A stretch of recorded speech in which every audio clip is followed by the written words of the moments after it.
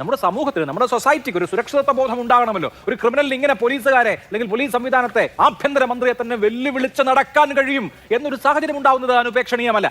എന്താ രാമേന്ദ്ര പ്രശ്നം?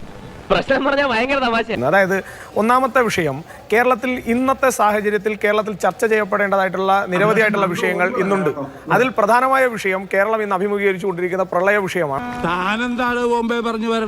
കേരളത്തിന്റെ പത്തനംതിട്ട അടക്കം, ആലപ്പുഴ അടക്കം, കോട്ടയം അടക്കമുള്ള ജില്ലകളിൽ ദുരിതാശ്വാസ ക്യാമ്പുകളിലേക്ക് സർക്കാർ സംവിധാനങ്ങൾ എത്തുന്നില്ല എന്നുള്ള പരിതാപകരമായ അവസ്ഥ കേരളത്തിലുണ്ട്. ഒന്ന്, ദാസൻ മാഷ് അങ്ങനെ പറയുന്നുണ്ടെങ്കിൽ അതിൽ എന്തെങ്കിലും കാര്യം കാണും. നീ അവനെ അങ്ങനെ മോശക്കാരനാക്കാൻ പറ്റും വേണ്ട. അതിനോടൊപ്പം കേരളത്തിലെ മത്സ്യത്തൊഴിലാളി മേഖലയിൽ നിന്നുള്ള ചെറുപ്പക്കാരടക്കമുള്ള ആളുകളെ കാണാതായിട്ട് ദിവസങ്ങൾ കഴിഞ്ഞിട്ടും അതെനിക്ക് ഓർമ്മയുണ്ടല്ലോ. കേരളത്തിലെ മന്ത്രിസഭയോ കേരളത്തിലെ ഫിഷറീസ് മന്ത്രിയോ, ഇതിപ്പോ ആരാണ് ഫിഷറീസ് മന്ത്രി എന്ന് പോലും അറിയാൻ കഴിയാത്ത സാഹചര്യത്തിൽ കേരളത്തിലെ പൗരസമൂഹം അന്താളിച്ചു നിൽക്കുന്ന ഒരു സാഹചര്യത്തിൽ ഈ ചെക്കന്റെ സംസാരം തീരെ പിടിക്കില്ല കേട്ടോ. കേരളത്തിലെ അമ്മമാർ കേരളത്തിലെ തങ്ങളുടെ മക്കളെ, ഈ മത്സ്യബന്ധന സമൂഹത്തിൽപ്പെട്ട മക്കളെ കടലിൽ കാണാതായിട്ട് ദിവസങ്ങൾ കഴിഞ്ഞിട്ടും കംപ്ലൈന്റ് ചെയ്യാത്തത് കൊണ്ടാണ് ഞങ്ങൾ അന്വേഷിക്കാത്തത് എന്ന് പറയുന്ന ഒരു സർക്കാർ സംവിധാനം. വെറുതെ അല്ല ആളുകൾ നക്സലൈറ്റ് ആയി പോകുന്നത്. ആ സംവിധാനം കേരളത്തിനകത്ത് നിരവധിയായ അമ്മമാരുടെ കണ്ണീർ കണ്ടുകൊണ്ട് നിൽക്കുന്ന ഒരു സാഹചര്യം. ഇവരെ പറഞ്ഞിട്ട് കാര്യമില്ല, തന്നെ കൊണ്ട് ഒരു വഴിക്കിറങ്ങി എന്നെ വേണം തല്ലാൻ. അതിനെല്ലാം അപ്പുറത്ത് തിരുവനന്തപുരത്ത് കേരളത്തിന്റെ തലസ്ഥാന ജില്ലയിൽ സെക്രട്ടേറിയറ്റിന് മുന്നിൽ പുല്ലുവാരി തിന്നും മണ്ണുവാരി തിന്നും കേരളത്തിലെ ഉദ്യോഗാർത്ഥി സമൂഹം, കേരളത്തിലെ യുവജന സമൂഹം, അവർ കേരളത്തിന്റെ തെരുവോരങ്ങളിൽ സമരം ചെയ്യുന്ന സാഹചര്യം. പ്രശ്നങ്ങൾക്ക് വേണ്ടി വാദിക്കാൻ ഇവിടെ ഒരു സംഘടനയോ പ്രസ്ഥാനമുണ്ടോ?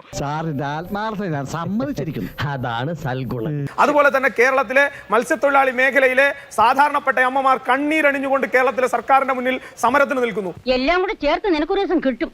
നീ എത്രത്തോളം പോകുന്നു അറിയാനാ ശ്രീധരൻ കാത്തു നിൽക്കുന്നു. ഈ സമയത്ത് അർജുൻ ആയങ്കിയെ പോലെ ഒരു തേർഡ് റൈറ്റ് ക്രിമിനലിന് പുറകെ കേരളത്തിന്റെ ആഭ്യന്തരമന്ത്രിയും കേരളത്തിന്റെ സർക്കാരും പോകുന്നു എന്ന് പറഞ്ഞാൽ ഈ സർക്കാർ കഴിവുകെട്ട സർക്കാരാണെന്ന് ആദ്യത്തെ 2 മാസം കൊണ്ട് തന്നെ അവർ തെളിയിച്ചു എന്നുള്ളതാണ്. തലതിരിഞ്ഞ രാഷ്ട്രീയക്കാർ നാടിനെ സേവിക്കുമ്പോൾ നാടിന്റെ തലയെടുത്ത് തേയും. അത് കേരളത്തിന്റെ വിധി. ഒരു ഡിവൈഎസ്പി റാങ്കിലുള്ള ആൾ വിചാരിച്ചാൽ പരിഹരിക്കാൻ കഴിയുന്ന, ഒരു ഡിവൈഎസ്പി നിലവാരത്തിലുള്ള ഒരാള് ഇറങ്ങി നെഞ്ചു വിരിച്ച് ഇറങ്ങി നിന്നാൽ തീർക്കാൻ കഴിയുന്ന ഒന്നിനു പുറകെ മറ്റൊന്ന ആകെ പ്രശ്നങ്ങളാണല്ലോ ഹംസേ. ഈ റൗഡി നിലവാരത്തിലുള്ള അർജുൻ ആയങ്കിയുടെ പുറകിൽ കേരളത്തിന്റെ ഈ പറയുന്ന രമേശ് ചെന്നിത്തല എന്ന് പറയുന്ന വകുപ്പ് മന്ത്രി, ആ മന്ത്രി 3 തവണയാണ് ഈ തേർഡ് റൈറ്റ് ക്രിമിനലിനോട് മറുപടി പറയാൻ വേണ്ടിയിട്ട് വാർത്താ സമ്മേളനം നടത്തിയത്.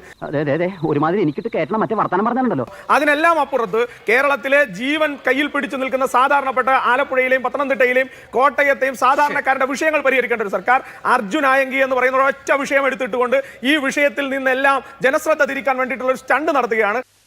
എന്റെ ഈശോയെ, നീ ഒരു കുരിശല്ലേ ചുമന്നുള്ളൂ? ഈ വണ്ടി നിറയെ കുരിശുകളാ എനിക്ക് ചുമക്കാൻ. ഓരനുണ്ടോ? എന്നെ ഒന്ന് സഹായിച്ചാൽ മതി.